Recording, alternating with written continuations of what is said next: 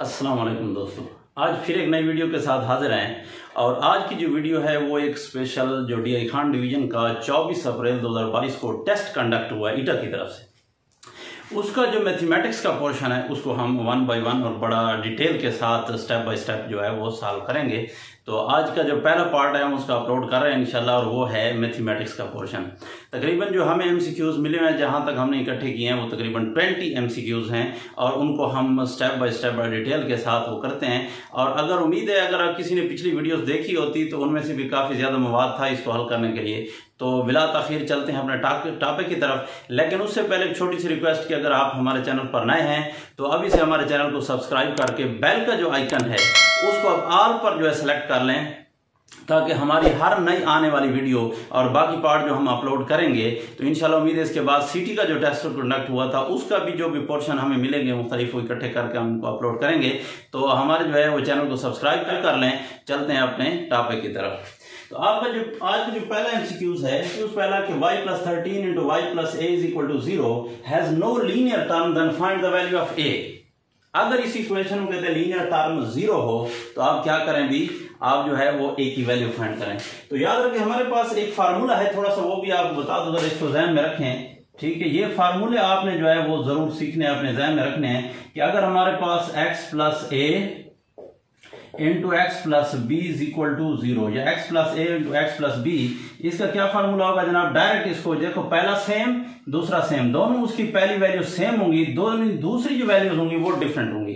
तो आपने जो सेम वैल्यूज हैं उनका कर लेना है स्क्वायर, मल्टीप्लाई कर देना आपस में, दोनों को मल्टीप्लाई कर लें, फिर प्लस, और जो डिफरेंट वैल्यूज हैं उनको आपस में ऐड कर लें। ठीक है, a और b, और इसके साथ जो सेम वैल्यू है दोनों की फर्स्ट उसको आप मल्टीप्लाई कर दें और प्लस, फिर आखिर में दोनों को मल्टीप्लाई करके लिख दें। तो ये हमारे पास एक शॉर्टकट फार्मूला है। जब आपके पास दो आपके ब्रैकेट्स में दो चीजें मल्टीप्लाई हो रही होती हैं, इसमें फर्स्ट जो दोनों की सेम होती है और सेकंड दोनों की डिफरेंट होती है।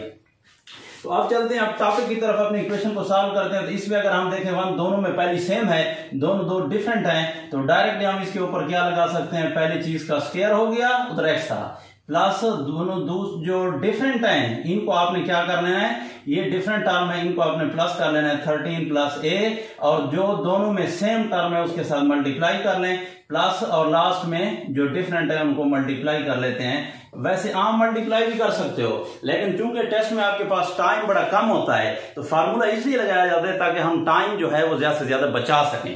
तो टाइम कंज्यूमिंग कम हो तो फार्मूले में आपके पास डायरेक्ट वैल्यू आ जाएगी। तो आ जाते हैं जनाब इसके ऊपर। अब चूंकि it has no linear term, quadratic term और कांस्टेंट टर्म, जिसकी पावर 2 होती है, ये आपके पास क्या है, ये क्वाड्रेटिक टर्म है। इधर पावर कुछ नहीं तो 1 है, ये लीनियर टर्म है, और इधर इस y की पावर कुछ नहीं तो 0 है, ये आपके पास कांस्टेंट टर्म है। तो लीनियर टर्म कहते हैं इसकी नहीं है, it has no linear term. क्या मतलब? ना होने का मतलब है 0 है, तो इसकी लीनियर टर्म 0 है। क्या मतलब कि ये हमारे पास ये लीनियर टर्म है, यानी 13 + a × y = 0। तो याद रखें जब दो चीजें मल्टीप्लाई हो रही होती हैं और आंसर 0 आ रहा हो तो इट मीन्स कि इनमें से कोई एक चीज 0 है जिसने दूसरी को 0 कर दिया है। तो आइदर आपके पास या तो 13 + a = 0 है या फिर आपके पास y = 0 है। तो हमने चूंकि find the value of a की वैल्यू फाइंड करनी है, लिहाजा वहां हमें तवज्जो देने की जरूरत नहीं है। तो आप इसके ऊपर आएंगे, a इधर ठहरा है, 13 को उधर ले, इधर प्लस हो रहा है, उस तरफ जाएगा तो माइनस हो जाएगा।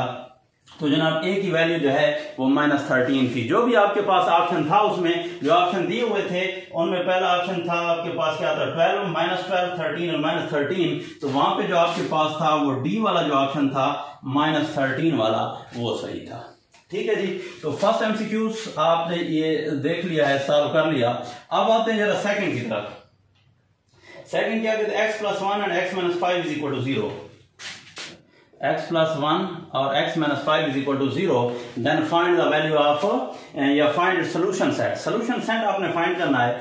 तो अब जब देखो फिर वही चीज, दो चीजें मल्टीप्लाई हो रही हैं, आंसर उनका 0 आ रहा है। तो दो चीजों के मल्टीप्लाई होने से आंसर के 0 आने के लिए जरूरी है कि कभी भी उस वक्त दो चीजों के मल्टीप्लाई करने से आंसर 0 नहीं आ सकता जब तक उनमें से कोई एक चीज या दोनों जीरो ना हो, कोई एक चीज या दोनों जीरो होंगे तो आंसर जीरो आएगा। किसी एक भी जीरो हो जाए, दूसरे ऑलरेडी मल्टीप्लाई होगी जीरो से तो जीरो हो जाएगी।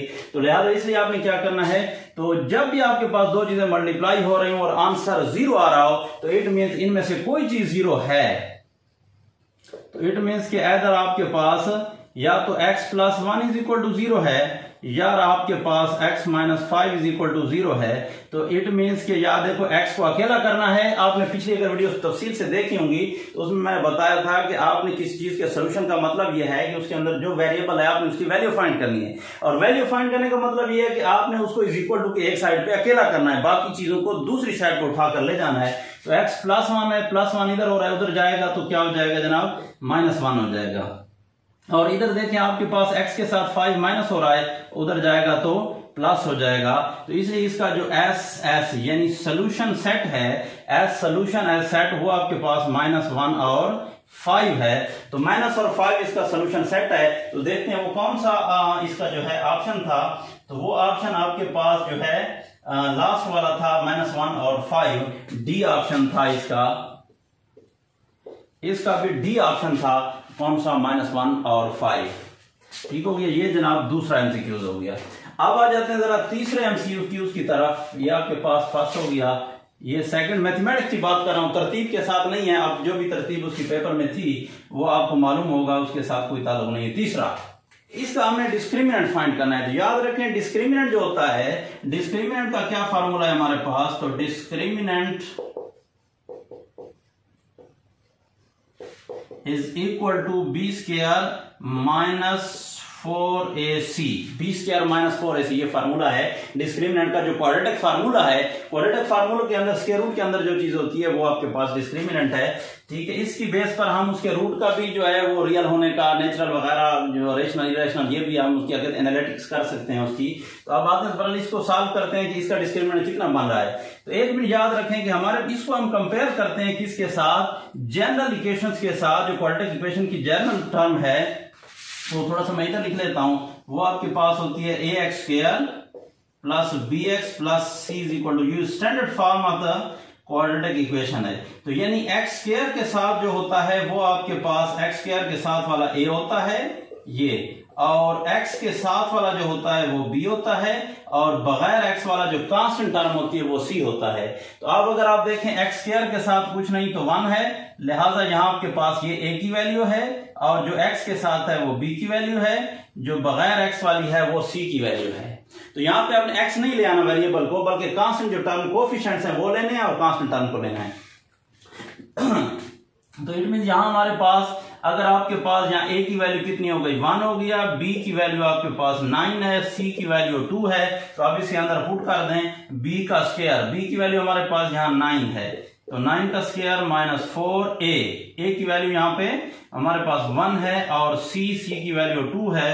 तो 9 का स्क्वायर 9 मल्टीप्लाई 9, तो क्या हो जाएगा, 9 9 81 हो जाएगा, 4 1 4 2 8 हो जाएगा। तो आप 81 से अगर 8 को माइनस करें तो आंसर आपके पास क्या बनता है जनाब, 11 से 8 3 बचेगा, तो 73। तो ये 73 आपके पास ऑप्शन आ रहा है। और 73 जो था वो कौन सा ऑप्शन था वहां के पास जो भी आपको गिवन था, तो बहरहाल ये बी ऑप्शन था वहां पे आपके जो गिवन है डिस्क्रिमिनेंट का इसका, तो वो बी ऑप्शन ठीक है 73। डिस्क्रिमिनेंट कैसे फाइंड करते हैं, आगे जाते हैं चौथे एमसीक्यूज की तरफ। मैथमेटिक्स, ठीक, एक हाथ जो मिस्त्री वगैरह मिलाते हैं, कहते हैं 1 4 का मिसाला बनाओ, 2 4 का, 1 8 का मिसाला बनाओ, 1 6 का। तो ये असल में वो रेशो बता रहे होते हैं मजदूर को, वो भी समझता है कि मतलब क्या मतलब है, 1 बोरी सीमेंट पे अगर 1 4 का है तो 4 बोरी रेत की डालनी है, यानी 1 थाल अगर सीमेंट का है तो 4 थाल रेत की होगी। तो 1 4 की रेशो है, आपको कहता है इस मास के हिसाब से यानी किलो के हिसाब से वो डाल रहा है। तो सैंड और सीमेंट की रेशो वो दे रहा है कि आपके पास अगर ये हो 4.8 kg, तो सीमेंट कितना होता है जनाब, सीमेंट होता है 2 kg। ये आपको गिवन है कि इसके अंदर जो है वो 4.8 kg के ऊपर उसको कहता है 2 kg सीमेंट डालें। अब वो कहते हैं अगर सीमेंट आपके पास 6 kg हो तो आप बताएं कि वो आपके पास सैंड क्या होगी, या सैंड 6 kg हो। तो 6 kg सैंड इज यूज। तो आप कहते हैं कि सैंड अगर आपके पास 6 kg हो तो आप सीमेंट बताएं कि सीमेंट कितना होगा। तो आप पहले ये देखना होता है इस रेशो के अंदर कि ये जो रेशो है, ये जो प्रोपोर्शन है, ये डायरेक्ट है या इनवर्स है। तो डायरेक्ट में ये होगा कि डायरेक्ट के अंदर एक चीज अगर बढ़ाएंगे तो दूसरी भी बढ़ जाती है, अगर एक चीज को कम करें तो दूसरी भी कम हो जाती है। तो अब लाजिमी बात है अगर रेत बढ़ाएंगे तो लाजिमी बात है सीमेंट भी ज्यादा डालना पड़ेगा, ठीक है। अगर ये 4.8 kg यानी तकरीबन 4.5 किलोग्राम के ऊपर 2 किलो है तो लाजिमी बात है 5 जब 6 होगा तो वो आगे 2 से भी बढ़ जाएगा। तो अब कितना होता है, आप जरा इसको कैलकुलेट करते हैं। तो आपने देखना ये है कि ये डायरेक्ट है या इनवर्स है। तो लाजिमी बात है डायरेक्ट है, एक चीज के बढ़ने से दूसरी चीज बढ़ जाएगी और एक चीज के कम होने से दूसरी चीज भी कम हो जाएगी। तो डायरेक्ट प्रोपोर्शन के अंदर, ठीक है, यानी आपके पास अगर ये इधर कम हुआ है तो वो भी कम हो जाएगा, ये बढ़ा है तो वो भी बढ़ जाएगी। तो इसलिए अगर आप इसको इस तरह लिखेंगे, ऊपर वाले को पहले लिखें और इसको साथ नीचे लिखें तो ये भी उस तरह होगा, ऊपर वाले को पहले लिखेंगे, नीचे वाले को उलट भी लिख सकते हो। यानी अगर आप इसको 6 ऊपर लिख लें, 4.8 नीचे लिख लें, इसका भी x फिर ऊपर लिखेंगे, 2 नीचे लिखेंगे, दोनों को उलट लिखेंगे। तो अब हमें चूंकि x फाइंड करना है तो क्रॉस मल्टीप्लाई x उधर डिवाइड हो रहा है, इधर आकर मल्टीप्लाई होगा, 4.8 multiply x is equal to 6 उधर जाकर मल्टीप्लाई होगा 2 के साथ। तो ये आपके पास क्या बनेगा, जब क्योंकि x हमने फाइंड करना है तो x को अकेला करना है, अकेला करने के लिए आप ये आपके पास क्या हो रहा है, इधर डिवाइड हो रहा है, उधर जाकर मल्टीप्लाई हो जाएगा, तो दो में से मल्टीप्लाई हो रहे हैं तो 6 2 12 हो जाएगा और 4.8 इधर क्या हो रहा है, मल्टीप्लाई हो रहा है, उधर जाकर डिवाइड हो जाएगा। तो अब लाजिमी बात है इसकी जब हम पॉइंट खत्म करेंगे तो देखो 12, वैसे आपने डायरेक्ट करना है तो ये 48 बाई कितना हो जाएगा, पॉइंट की जगह पे हमने लगाना है 1 और इस तरफ जितने डिजिट है उतने 0, नीचे वाला बटा जब ऊपर जाता है तो बटा उलट हो जाता है, यानी 48/10 है तो ये 10/48 हो जाएगा।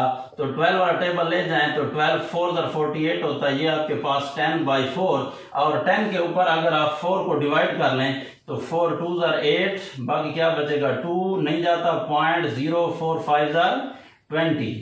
तो ये आपके पास क्या बनेगा जनाब, क्या बनेगा, तो x इज इक्वल टू 2.5, तो 2.5 और किलोग्राम में था तो ये भी किलोग्राम में होगा। तो 2.5 kg उसके लिए यानी 2.5 किलो सीमेंट दरकार होगा 6 किलोग्राम रेत के लिए। तो इसका जो ऑप्शन था वो कौन सा सही था आपको, तो बी ऑप्शन इसका सही था, ठीक है। वहां पे जो गिवन थे आपको ऑप्शन नंबर बी है वो है 2.5 kg। अभी आपके पास ये फ्रैक्शन है बटे में आई है, फ्रैक्शन के अंदर हम देखते हैं कि जब आपके पास आम नंबर होता है तो नंबर को देखा जाता है, जैसे आपके पास आपको पता हो ये जो फ्रैक्शंस थी ये भी हमने डिटेल के साथ पीछे पढ़ लिए हैं। तो ये आपके पास अगर फॉर एग्जांपल 2/3 है तो ये आपके पास नोमिनेटर होता है, ये डिनोमिनेटर होता है। अगर डिनोमिनेटर बड़ा है और नोमिनेटर कम है तो इसको हम क्या कहते हैं, ये प्रॉपर फ्रैक्शन है। अगर उलट हो जाए, फॉर एग्जांपल नोमिनेटर ग्रेटर हो जाए डिनोमिनेटर कम हो जाए तो ये आपके पास फिर क्या बन जाती है जनाब, इम्प्रॉपर फ्रैक्शन बन जाती है। और अगर इसके अंदर इसको हम कन्वर्ट कर लेते हैं एक होल नंबर में और दूसरा 1/2 तो ये आपके पास मिक्स्ड फ्रैक्शन हो जाती है, जिसको मखलूत कसर कहा जाता है। तो अब यहाँ पे क्या होते हैं, नंबर तो नहीं है जो कि x है, वेरिएबल्स में गिवन है, तो वेरिएबल के हिसाब से ये पॉलिनोमियल्स हैं, इसकी में हम डिग्री को देखेंगे। तो डिग्री अगर आप चेक करें, डिग्री मीन मैक्सिमम पावर क्या है उसकी, तो अगर इसकी जो मैक्सिमम पावर है वो 2 है और यहाँ इसकी मैक्सिमम पावर देखें तो ये भी 2 है। तो याद रखें जब दोनों इक्वल हो जाएं फिर भी आपके पास वो इम्प्रॉपर ही होती है, ये हो जाए दोनों की, इसकी डिग्री भी 2 है और इसकी डिग्री भी 2 है। अगर दोनों की डिग्री सेम होगी तो इट मीन्स कि ये भी आपके पास क्या चीज है, इम्प्रॉपर फ्रैक्शन है। तो इसका मतलब क्या हो गया कि ये आपके पास क्या हो गई, इम्प्रॉपर होगी। तो इम्प्रॉपर वाला ऑप्शन देखते हैं कौन सा ऑप्शन था। तो इम्प्रॉपर का जो ऑप्शन था वो आपके पास सेकंड यानी बी ऑप्शन था। तो इसका भी आपके पास बी जो है वो करेक्ट है, इम्प्रॉपर फ्रैक्शन। यानी अगर ऊपर की डिग्री कम होगी तो ये प्रॉपर होगी, अगर नीचे की डिग्री ज्यादा होगी तो फिर आपके पास ये प्रॉपर है, यानी ऊपर की कम नीचे की ज्यादा प्रॉपर है। अगर ऊपर की ज्यादा और नीचे की कम या दोनों की सेम है तो ये आपके पास क्या होगी, इम्प्रॉपर फ्रैक्शन। तो ठीक हो गया जी। फिर दोबारा इम्प्रॉपर जो फ्रैक्शन होती है उसको कन्वर्ट किया जाता है मिक्स फ्रैक्शन में। तो आगे चलते हैं, आगे जो है 6 नंबर एमसीक्यूज पे। Clear, HCF of x² minus y² and x² minus xy। ठीक है। अब तो HCF के भी हम दो तरीके पढ़ चुके हैं, टू मेथड ऑलरेडी हम डिस्कस कर चुके हैं। वो कौन थे? एक फैक्टराइजेशन मेथड है और दूसरा आपके पास डिवीजन मेथड है।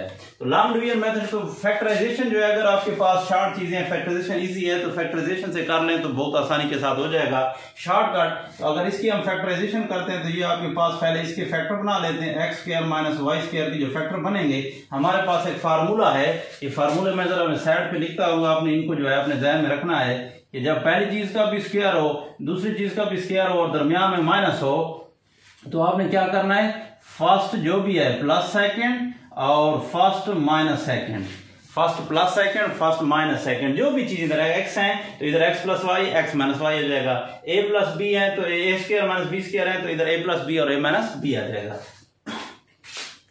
तो अगर इसको लगाएं तो ये आपके पास क्या आ जाएगा जनाब, एक दफा एक्स प्लस वाई और एक दफा एक्स माइनस वाई।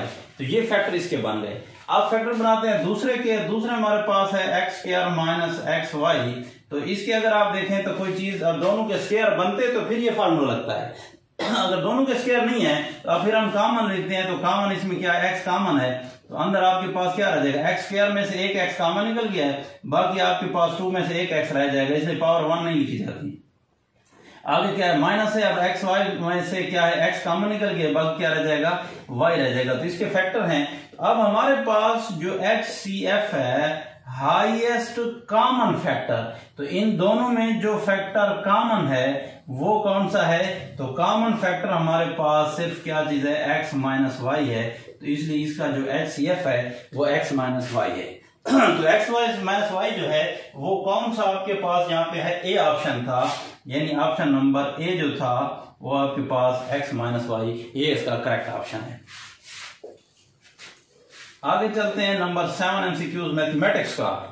ठीक है, तो आगे इसके बाद आ जाता है कि solve for X under root X is equal to minus 10 under root X is equal to minus 10। अब इसका सोल्यूशन सेट हमने फाइंड करना है, सॉल्व करना है, मीन के एक्स की वैल्यू फाइंड करनी है। तो याद रखो ये अंडर रूट एक्स जो है इसका हम आपको पता है कि स्क्वायर रूट और स्क्वायर एक दूसरे के उलट है, अपोजिट है। स्क्वायर रूट लेते हैं तो स्क्वायर कैंसिल हो जाता है, अगर आपके पास क्या है स्क्वायर लेंगे तो स्क्वायर रूट कैंसिल हो जाएगा, स्क्वायर रूट लेंगे तो स्क्वायर कैंसिल हो जाएगा।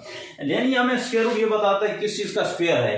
तो अब हमारे पास स्क्वायर रूट ये बता रहा है कि ये किसी चीज का स्क्वायर है। तो आपको पता है कि अगर हम किसी भी चीज का स्क्वायर कर लें, वेदर आपके पास वो नेगेटिव है या पॉजिटिव है, तो वो पॉजिटिव हो जाती है।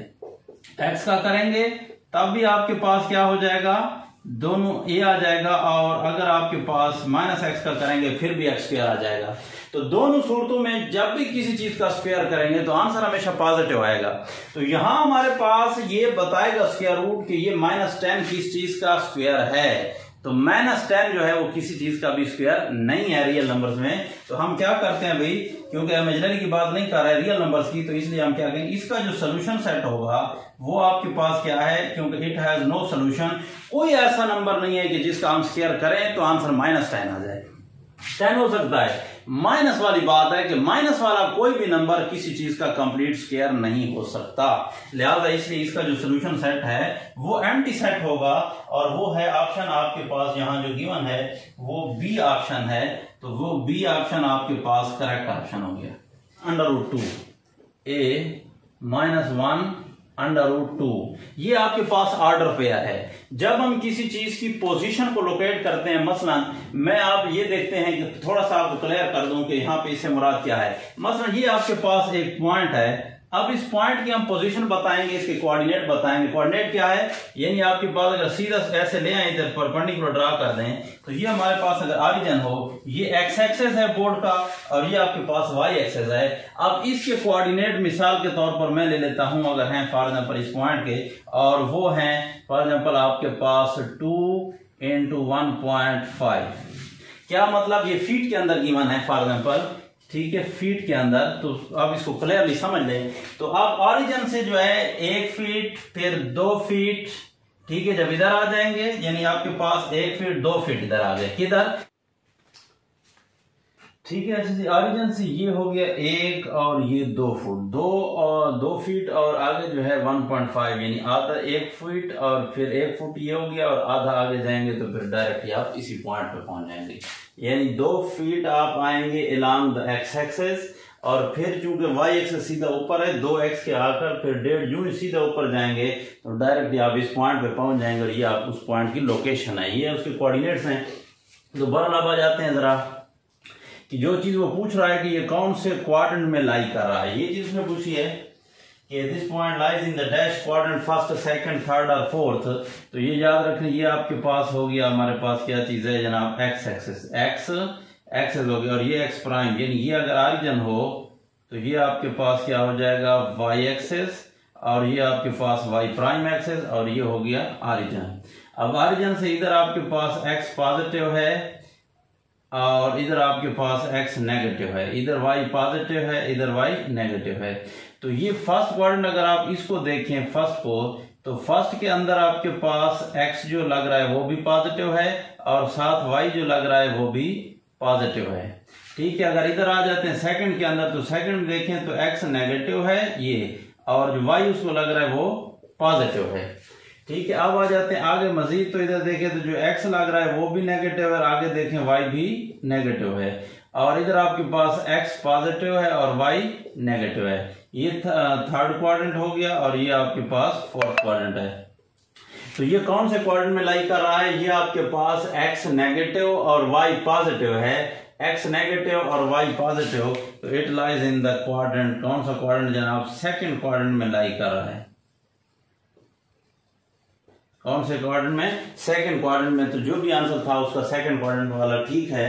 तो सेकंड क्वाड्रेंट इसके जो आंसर थे वो आपके पास फर्स्ट क्वाड्रेंट था, फिर जो है दूसरा बी जो था वो क्वाड्रेंट सेकंड था। इट मींस कि इसका जो आंसर था वो आपके पास बी वाला आंसर करेक्ट है, सेकंड क्वाड्रेंट वाला। तो आगे चलते हैं नेक्स्ट जनाब, आगे जो है एमसीक्यूज हमारे पास आ जाएगा। इसके बाद ये हो गया 7 हो गया और ये आपके पास 8 हो गया। अभी आते हैं जरा 9 की तरफ। तो 9 के बाद आपने बतानी तादाद कितनी हो सकती है, इसके ऑल पॉसिबल सबसेट जो प्रॉपर इम्प्रॉपर सबको मिलाकर।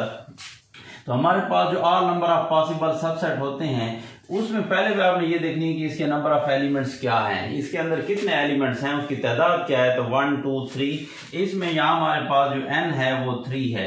n mean number of element in the set, set के अंदर कितनी एलिमेंट है उनकी तादाद आपने लिखनी है। ये आपके पास n हो गया।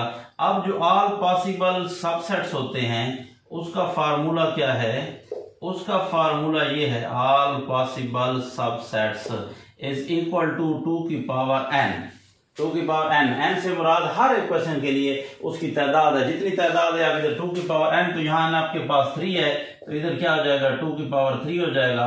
2 की पावर 3 मीन 2 को 3 दफा मल्टीप्लाई करें तो ये आपके पास 2 2 4 4 2 8, यानी 2 दूने 4 4 दूने 8। तो इसके जो पॉसिबल सबसेट हैं वो आपके पास 8 बन रहे हैं। और ये कौन सा ऑप्शन वहां आपको गिवन था, वहां आपके पास ये डी ऑप्शन था। तो इट मीन्स कि इसका जो है वो डी ऑप्शन करेक्ट है नंबर 9 का। नंबर 10 हो जाएगा, यानी 9 तक हमने सॉल्व कर लिए। 9 के बाद 10 पे आ जाते हैं 2.56। तो अब 2.56 का स्क्वायर रूट, तो स्क्वायर रूट आसान है, जब इसका स्क्वायर रूट निकालते हैं 2.56 का, तो अगर आपके पास ये पॉइंट में गिवन है तो पॉइंट वाले को आपने कन्वर्ट कर देना है। सिंपली जो है पॉइंट को खत्म करें, तो जो पॉइंट को खत्म करेंगे तो ये 256 और जिधर पॉइंट है उसके नीचे आपके पास 1 आ जाएगा और इस तरफ जितने डिजिट हैं उतने 0 आ जाएंगे। 2 डिजिट हैं तो 2 0 आ जाएंगे। तो ये 100 हो गया। आप दोनों का अलग अलग कर लें तो ये आपके पास जो 256 है, अगर इसका स्क्वायर रूट निकालें फैक्टराइजेशन करके उसकी फैक्टराइजेशन, तो ये आपके पास, या डायरेक्ट आप इसको इस तरह भी लिख सकते हो 16 मल्टीप्लाई 16, 16 16 256 होता है। और इसको आप लिख सकते हो अलग अलग 10 मल्टीप्लाई 10। तो ऊपर वाले का क्या आ जाएगा, यानी आपके पास 16 आ जाएगा और नीचे वाले का 10 आ जाएगा। 10 को इसके ऊपर डिवाइड कर दें 16 के ऊपर तो 1.6 आ जाता है। तो 1.6 जो है आपके पास, यानी स्क्वायर रूट ऑफ 2.56 जो था इसका स्क्वायर रूट आपके पास 1.6 आता है। और ये कौन सा ऑप्शन करेक्ट था, वहां पे जो आपको ऑप्शन गिवन थे, ठीक है, फाइंड स्क्वायर रूट, ये आपके पास बी ऑप्शन था, वो आपके पास करेक्ट है, बी ऑप्शन के 1.6 इसका आंसर है। नंबर 10 के बाद आगे आ जाते हैं 11 के ऊपर।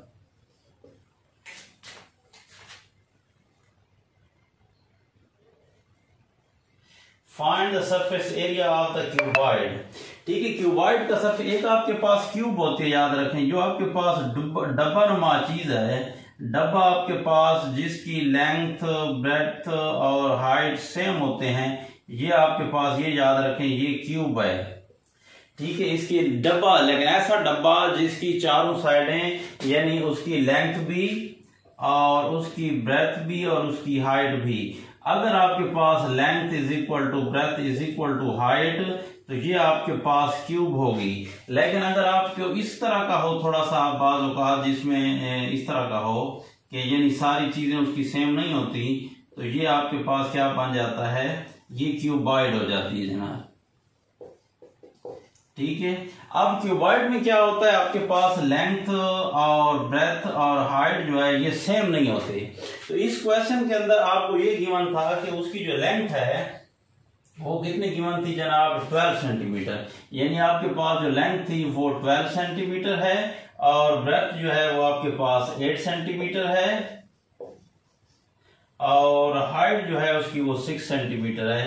तो ये आपके क्या करना है, इसका सरफेस एरिया फाइंड करना है, टोटल सरफेस एरिया। तो इस डब्बे को अगर आप देख लें तो डब्बे की दो साइडें आमने सामने वाली, जैसे ये कमरा ले लें, अब कमरे की ये साइड और सामने वाली साइड, अगर इनकी लेंथ वगैरह इक्वल होते हैं तो वो सामने वाली साइड इक्वल हो जाएगा एरिया, फिर इस साइड का और इस साइड का सेम हो जाएगा और नीचे जितना फर्श का है उतना छत का भी उतना हो जाएगा।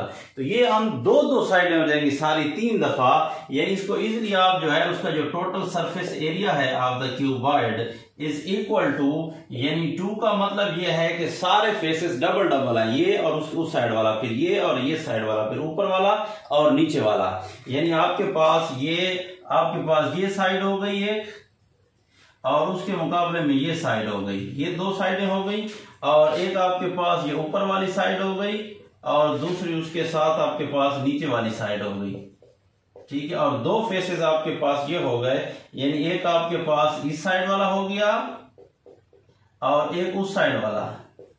तो ये आपके पास कितने फेसेस हो गए उसके जनाब, यानी आपके पास 2, 4 और 6 फेसेस हो गए। अब 6 फेसेस का टोटल सरफेस एरिया हम कैसे फाइंड करेंगे, तो ये आपके पास एरिया 2, आपके पास जो 3 चीजें गिवन है, देखो लेंथ को ब्रेथ के साथ, इसको इसके साथ, फिर आपने इसको इसके साथ, यानी प्लस ब्रेथ को हाइट के साथ, प्लस फिर आपके ने हाइट को क्या करना है लेंथ के साथ। तो हाइट इनटू फर्स्ट आपके पास लेंथ है, इसके अंदर अगर आप वैल्यूज डाल दें 2 इंटू लेंथ आपके पास है 12 सेंटीमीटर मल्टीप्लाई ये आपके पास 8 प्लस फिर 8 मल्टीप्लाई 6 प्लस 6 मल्टीप्लाई 12, तो ये आपके पास क्या बन जाएगा 2, ठीक है, 12 8 96 हो जाएगा, 16 1 8 1 8 और 1 9 96, 12 8 और 8 6 48 और ये आपके पास 6 12 72। अगर आप इन इनको प्लस कर लें तो आपके 2 और 10 10 और 6 16 हो जाएगा, 16 1 आ जाएगा, 8 8 प्लस 4 हो जाएगा 12 12 प्लस 9 आपके पास 21, 2 16 को डबल करेंगे तो 432 और एरिया आपको ये सारी चीजें सेंटीमीटर में गिवन है, तो एरिया की जो यूनिट है वो सेंटीमीटर का स्क्वायर हो जाएगा, इसलिए इसका जो टोटल सरफेस एरिया है वो आपके पास कितना हो जाएगा 432 हो जाएगा, यानी बी ऑप्शन आपके पास 432 सेंटीमीटर का स्क्वायर। तो ये आपके पास क्या है करेक्ट आंसर हो गया जी इसका। एक आपके पास यहाँ आपको गिवन है वो कंपोजर्स हैं, क्वेश्चन नंबर हो जाएगा 11 के बाद 12 पे आ जाएंगे, फिर उसके बाद आगे रेशो दे रहा है पेजेस के साथ आगे आपको डेज दे रहा है। तो वो क्या कह रहा है कि आपके पास 10 कंपोजर हैं, ये कितने 75 पेजेस वाली बुक को कंपोज करते हैं कितने डेज के अंदर,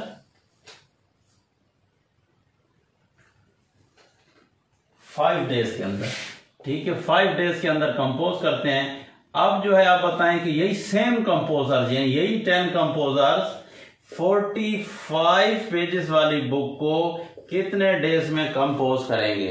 तो अब यहाँ पे अगर आप देख लें तो कंपोजर आपके पास सेम है, कांस्टेंट है, इनमें कोई चेंज आई नहीं है, तो लिहाजा इनको अगर हम कंसीडर ना भी करें तो कोई मसला नहीं है, इनको हम बाहर निकाल देते हैं, बाकी इसको ले लेते हैं। अगर इनको अगर आप देखें तो पेजेस जितने ज्यादा होंगे उन पे डेज भी ज्यादा लगेंगे, पेजेस कम होंगे तो डेज कम लगेंगे। तो क्या मतलब कौन सी प्रोपोर्शन हो गई, ये आपके पास डायरेक्टली प्रोपोर्शनल है, ठीक है। डायरेक्टली प्रोपोर्शनल का आपको बताया है, पीछे हम इक्वेशन कर चुके हैं। तो ये आपके पास 75 डिवाइडेड बाय 45, ऊपर से अगर इसको नीचे लिखा है तो इसको भी ऊपर से नीचे लिखोगे, यानी 5 बाई एक्स।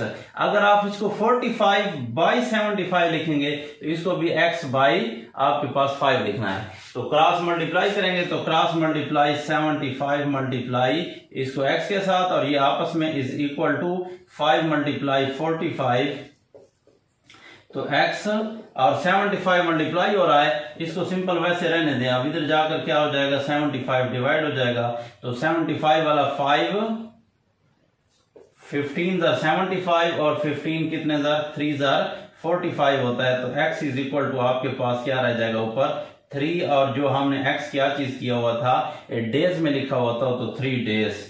ये आपके यानी वही 10 कंपोजर 45 पेजेस वाली बुक को कितने दिनों में ये कंप्लीट करेंगे, तो x डेज थे, x मीन 3 डेज में। ये बी ऑप्शन करेक्ट है, यानी क्या है, बी करेक्ट हो गया। प्राइस आपके पास यानी कास्ट प्राइस जो है वो किसी बास्केट की जो आपको गिवन है RS कितनी है, वो RS 50 रुपीज है, 50 रुपीज।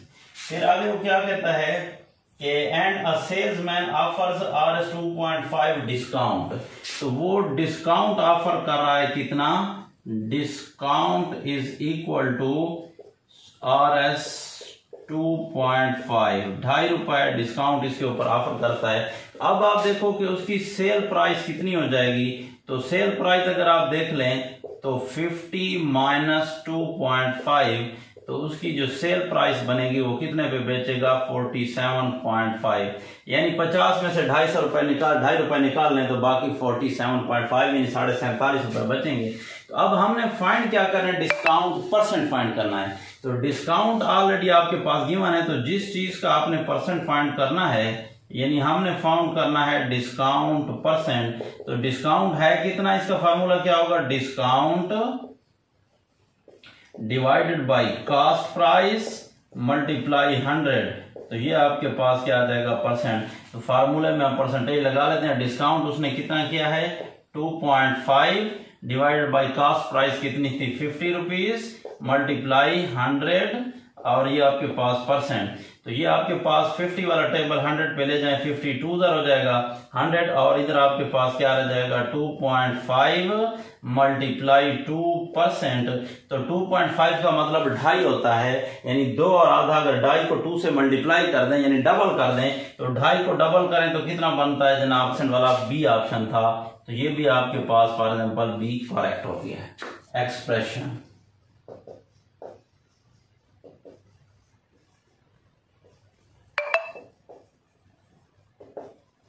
कि बाइनोमियल एक्सप्रेशन कौन सी है, तो पहला उसमें जो ऑप्शन आपको गिवन है वो था 15। तो ये पता जिसमें आपके पास कोई वेरिएबल टर्म ना हो, वेरिएबल ना हो, एक्स वाई जेड वगैरह कुछ भी ना हो, तो इट मीन्स कि ये constant term of the 0 degree होती है। ये 0 डिग्री ऑफ पॉलिनोमियल है, दिस इज कॉल्ड कांस्टेंट। अब बी जो है ये आपको बाइनोमियल पूछ रहा है, तो ये बाइनोमियल नहीं है। फिर दूसरा ऑप्शन जो था वो आपके पास x प्लस वाई प्लस 1 है, x प्लस वाई प्लस 1। तो ये टर्म वगैरह की तादाद, लेक्चर नंबर हमारा जैसे खालिबन 8 था जो है ना ईटा टेस्ट का, पीछे जो है लेक्चर्स में देखें तो उसमें नंबर ऑफ टर्म्स कैसे निकालते हैं, यानी प्लस माइनस के जरिए कितनी टर्म्स को आपस में मिलाया गया है, वेरिएबल्स को कनेक्ट किया गया है। तो आप देखो 1 2 3, तो ये आपके पास इसके अंदर जो है 1 2 3, तो ये 3 टर्म हो गई। तो वो बाइनोमियल, बाई मीन 2, ये तो ट्राइनोमियल हो गई। तो आगे ये भी गलत हो गया। तो ऑप्शन नंबर सी जो है उसको चेक करते हैं। सी में आपको क्या चीज गिवन था, सी था X square plus Y square, X square plus Y square. तो ये भी 2 टर्म्स हैं, ठीक है। एक आपके पास ये टर्म हो गई और दूसरी ये हो गई। तो ये आपके पास करेक्ट ऑप्शन है, यानी option C X square plus Y square binomial है, ये ट्राइनोमियल है, ये मोनोमियल है, ठीक है। और इस तरह आपके पास जो ऑप्शन नंबर डी गिवन है उसको भी चेक कर लेते हैं क्या है। ऑप्शन नंबर डी आपको गिवन था वो था एक्स स्क्वायर वाई स्क्वायर। तो याद रखें इसको प्लस माइनस से कनेक्ट नहीं किया गया आपस में, ये मल्टीप्लाई हो रहा है, ये एक ही टर्म है। ये आपके पास सिर्फ और सिर्फ 1 टर्म है। तो इट मीन्स कि ये आपके पास मोनोमियल है, ये बाइनोमियल है, ये ट्राइनोमियल है, और ये भी मोनोमियल है या कांस्टेंट टर्म है। तो आप क्या कह सकते हैं, इनके अंदर जो बाइनोमियल आपने चुनना था वो आपके पास ऑप्शन नंबर सी करेक्ट हो गया। आगे चलते हैं नेक्स्ट 15 की तरफ। वो आपसे पूछ क्या रहा है, इसका कॉम्प्लीमेंट पूछ रहा है। तो जिस चीज का आपने कॉम्प्लीमेंट फाइंड करना है, अगर आपको पीछे वाले लेक्चर आपने देखे हैं तो, और अगर नहीं देखे तो मैं आपको रिकमेंड करूंगा कि वो देख लें, सेटों वाला। उसके अंदर जिस चीज का मैंने आपको आसान सी बात बताई कि जिस चीज का कॉम्प्लीमेंट फाइंड करना है, यू डिफरेंस वही चीज, यानी अगर ए का कॉम्प्लीमेंट है तो यू डिफरेंस ए, बी का कॉम्प्लीमेंट है तो यू डिफरेंस बी, सी का कॉम्प्लीमेंट है तो यू डिफरेंस सी। अब ए का कॉम्प्लीमेंट यू डिफरेंस ए, क्या मतलब? मतलब ये है कि आपके पास U यूनिवर्सल सेट है 1 2 3 4 5 6 और डिफरेंस A आपके पास है 2 3। क्या मतलब? मतलब ये है कि आपने कॉम्प्लीमेंट में U वाले वो लिखने हैं जो इसके अंदर ना हों। पहले वाले U वाले वो जो उसमें से ना हो, यानी वो वाले U में से निकल जाएंगे दूसरे, यानी U वाले वो लिखें जिसका आप कॉम्प्लीमेंट फाइंड कर रहे हैं उसमें ना हो। देखो 1 2 उसके अंदर नहीं है, 2 और 3 पड़ा हुआ है, ये नहीं लिखेंगे। फिर 4 5 और 6, तो ये आपके पास ए का कॉम्प्लीमेंट हो गया जनाब। तो ए का कॉम्प्लीमेंट यहाँ जो है आपके पास वो क्या हो गया, कौन सा ऑप्शन यहाँ आपको गिवन था? वो जो ऑप्शन गिवन था वहां आपके पास वो ऑप्शन नंबर ए था। इट मीन्स कि ऑप्शन ए जो है वो करेक्ट है, 1 4 5 6 वाला। ठीक है जनाब, अब आगे आ जाते हैं। नेक्स्ट जो है वो 16 ऑप्शन के ऊपर आ जाते हैं, एमसीक्यूज नंबर 16। तो 16 क्या कहता है?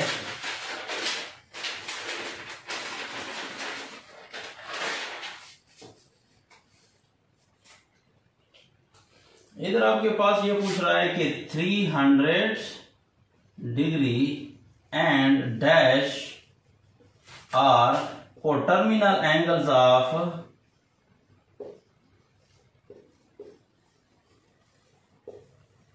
कितने का? -60 डिग्री।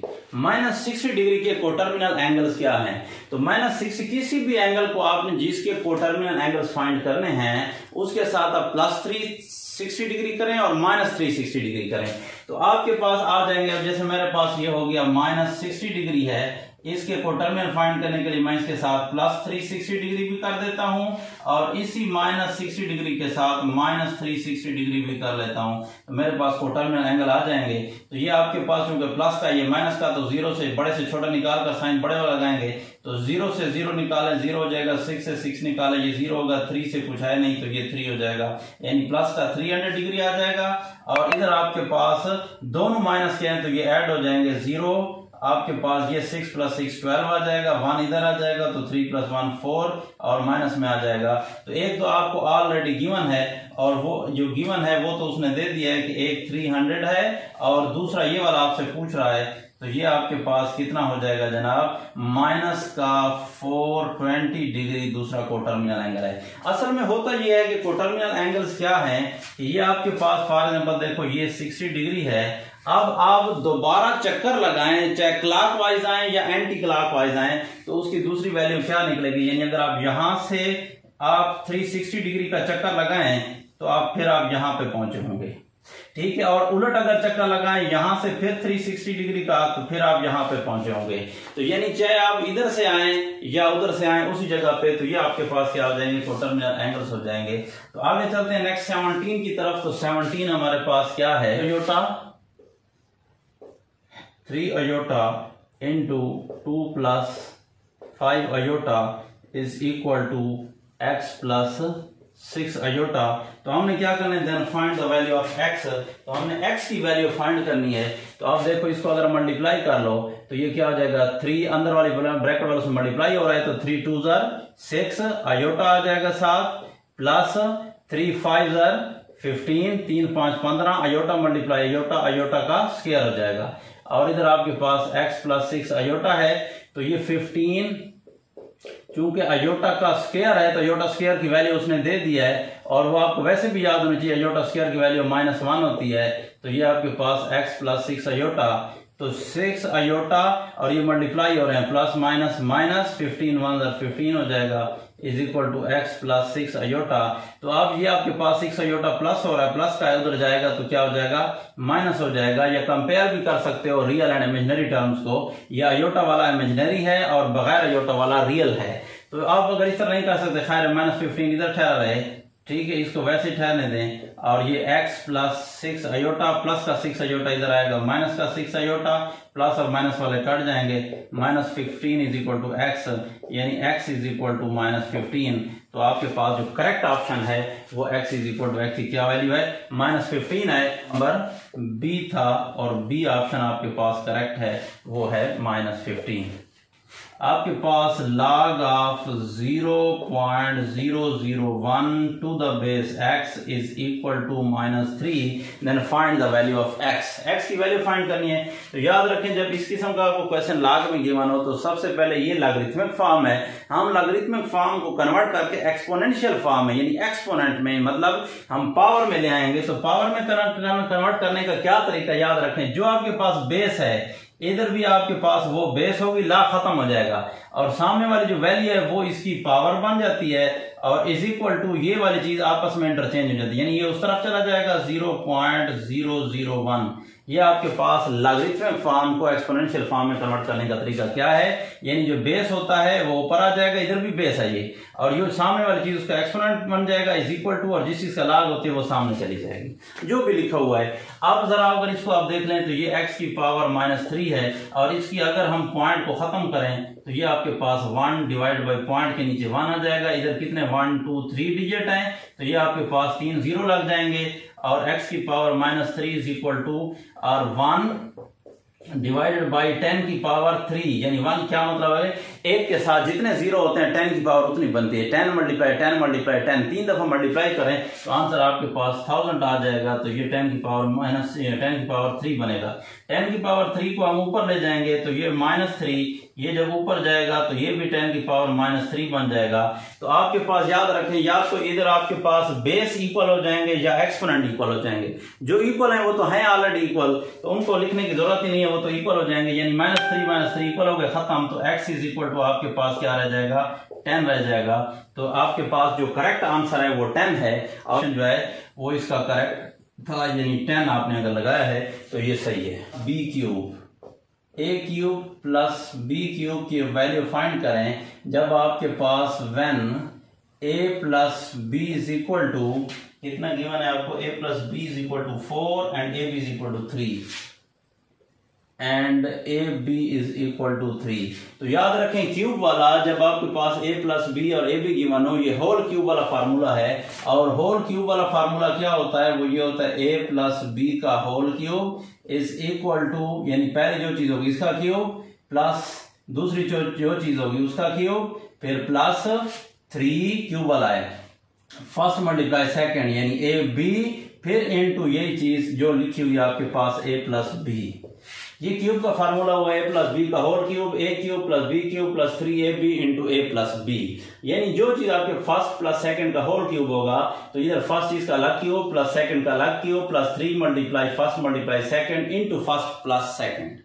ठीक हो गया। आप इसके अंदर वैल्यूज पुट कर दें, a प्लस बी की वैल्यू आपको गिवन है और a प्लस बी की वैल्यू आपके पास 4 है, तो इधर 4 हो जाएगा, तो 4 का क्यूब हो जाएगा। a³ प्लस b³ हमने ये अननोन है, फाइंड करना है, तो इसको आपने वैसे लिखना है, जो चीज आपने फाइंड करनी है उसको वैसे लिखना है। और आगे आपके पास 3 इंटू ab की वैल्यू आपके पास 3 है इंटू a प्लस बी, और a प्लस बी की वैल्यू 4 है, तो ये आपके पास क्या बन जाएगा, तो ये 4 4 16, 16 4 64, यानी आपने 4 का क्यूब का क्या मतलब है कि इसको 4 मल्टीप्लाई 4 3 दफा मल्टीप्लाई करना है, तो ये आपके पास क्या आ जाएगा 64।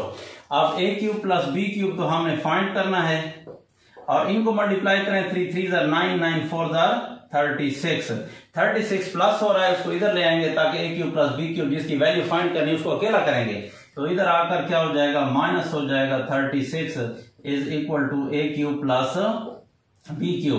तो इससे अगर आप इसको माइनस करें तो बाकी क्या बचता है जनाब, 28 बढ़ता है a³ प्लस b³। क्या मतलब, यानी a³ plus b³ is equal to 28 उसका करेक्ट ऑप्शन था।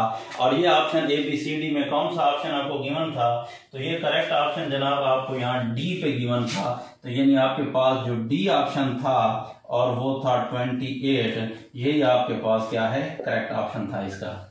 19 के बाद 20 पे आते हैं, लास्ट MCQs है मैथमेटिक्स पोर्शन का, और 20 MCQs क्या कह रहा था, X square minus 4x plus 3।